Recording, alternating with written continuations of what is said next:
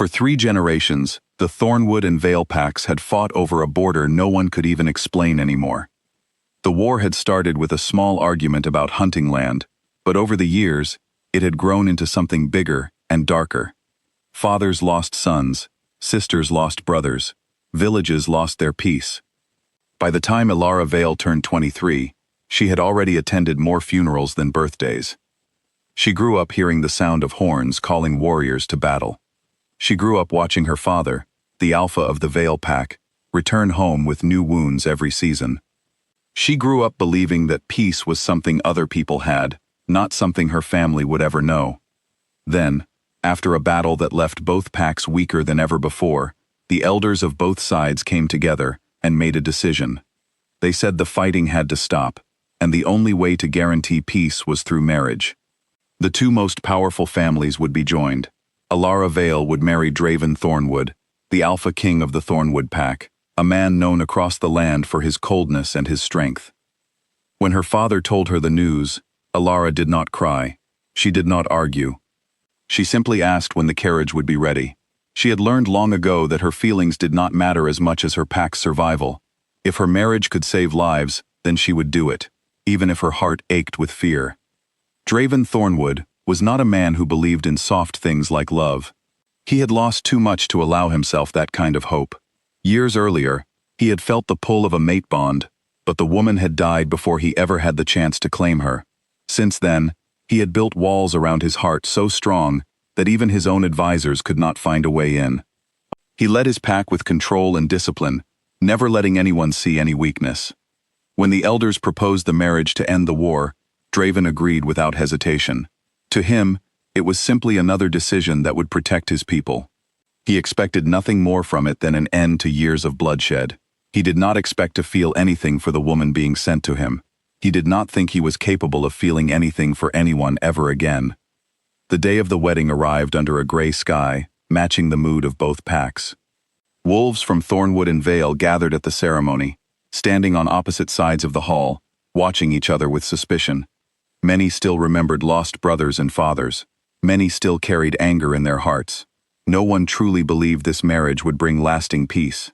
They believed it was simply another arrangement forced upon them by leaders trying to stop the bleeding. Elara stood at the entrance of the hall in her mother's old wedding gown, a dress that had been carefully kept for years, waiting for a day like this.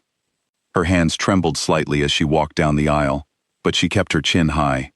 She refused to let anyone see her fear. She refused to give the Thornwood pack a reason to think the Vale pack was weak.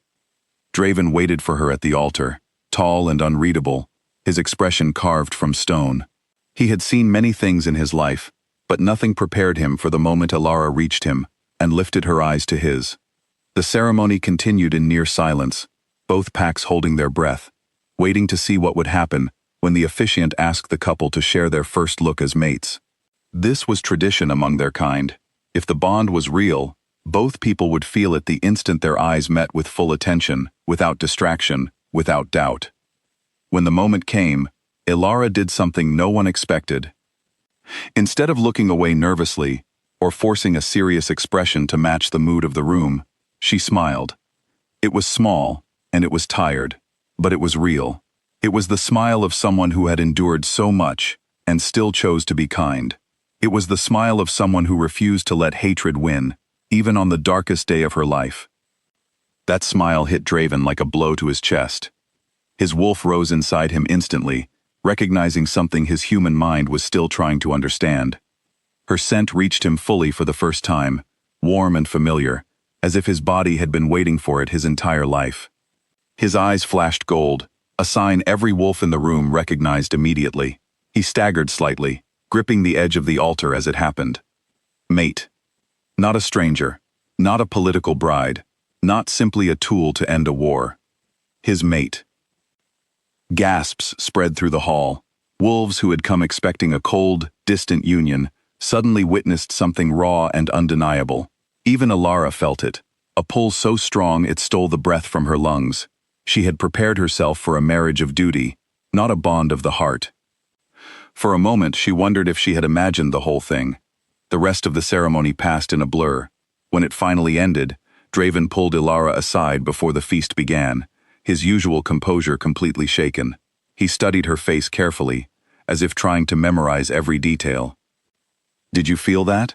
he asked quietly, his voice lower than before. Elara nodded, still trying to process everything happening inside her. "Yes," she admitted, "I felt it too." For the first time since she arrived, Draven's expression softened. He was still an Alpha King, strong and guarded, but something in his eyes had changed. He looked at her not as a symbol of peace, but as a person, someone whose smile had somehow reached the part of him he thought had died years ago. Still, a mate bond did not erase history. It did not erase pain. Elara's own brother had died 2 winters earlier by a thornwood blade, and many in her pack still saw Draven as the reason their families had suffered. Meanwhile, several of Draven's advisors whispered doubts about trusting a Vale bride, mate bond or not. They worried that old loyalties would run deeper than any bond, and that trusting her too quickly could put the kingdom at risk.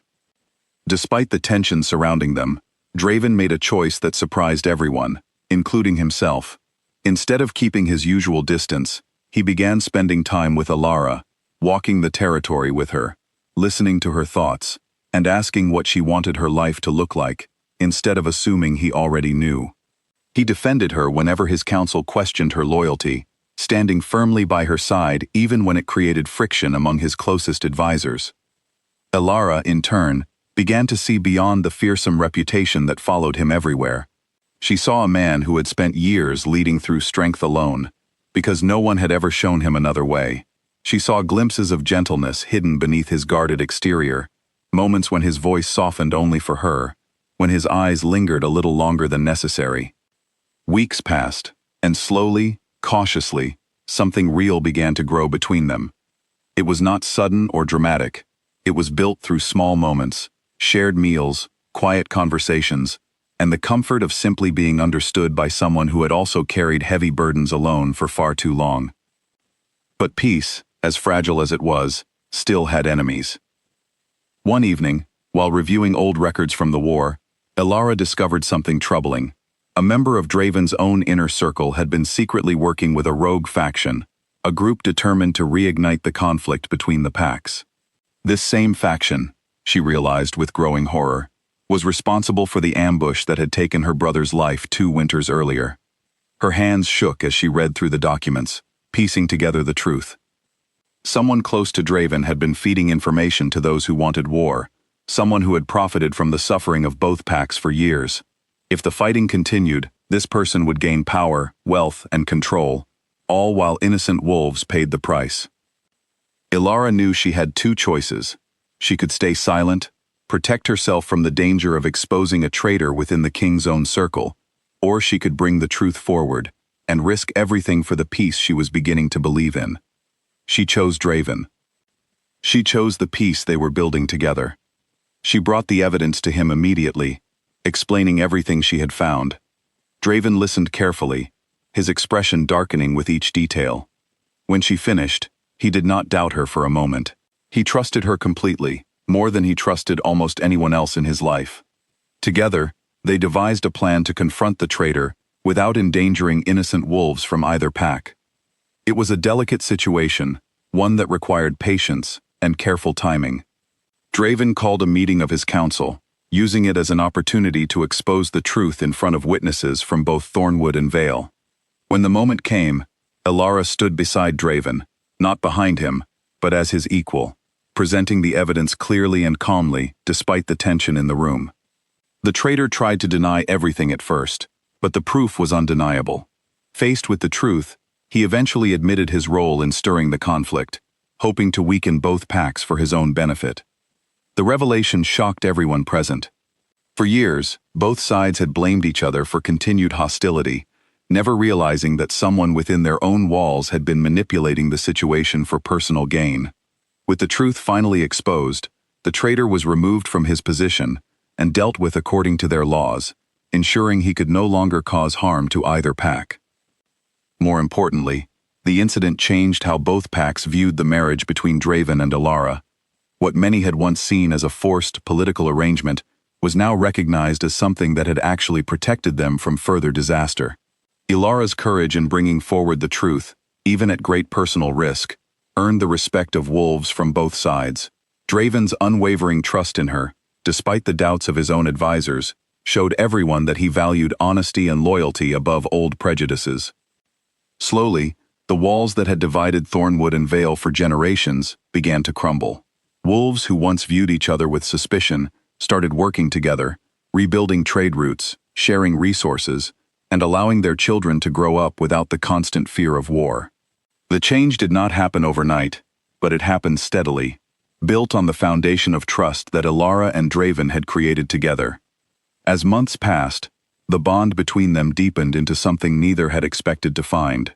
What began as a forced marriage to end a war slowly transformed into genuine partnership and, eventually, real love. Draven found himself looking forward to simple moments with Elara, quiet mornings, shared laughter, and conversations that reminded him what it felt like to be truly understood. Elara, who had once believed her life would be defined by sacrifice and duty, discovered unexpected joy in her new home. She grew close to members of the Thornwood Pack, formed friendships she never anticipated, and found a sense of belonging she had not known since before the war began. 1 year after their wedding, standing at the very border that had divided their packs for 3 generations, Draven and Elara planted a single tree together, replacing the old markers of division with a symbol of unity. Representatives from both packs gathered to witness the moment, a quiet acknowledgement of how far they had come since that tense, uncertain wedding day. As the tree took root in the ground, Draven turned to Elara, taking her hand gently in his. She smiled at him again, the same small, genuine smile that had changed everything the moment they first stood together as mates. "The treaty gave me a kingdom without enemies," Draven said softly, his voice full of emotion he no longer tried to hide. "But you gave me a reason to want to keep it." Elara squeezed his hand, her heart full in a way she never imagined possible after everything they had endured. Together, they stood at the border that no longer separated them, but instead marked the beginning of everything they had built, a peace that was real, a partnership built on trust, and a love that had grown from the most unexpected beginning. What started as a story of sacrifice, a young woman sold to end a war, had become something far greater. It became a story of 2 people who chose honesty over fear, trust over suspicion, and love over duty, proving that even the coldest circumstances could lead to the warmest outcomes when 2 hearts were finally willing to open. And as the sun set behind them, casting golden light across the newly planted tree and the peaceful land it represented, both packs understood one simple truth. Sometimes the greatest victories come not from winning wars, but from finding the courage to end them.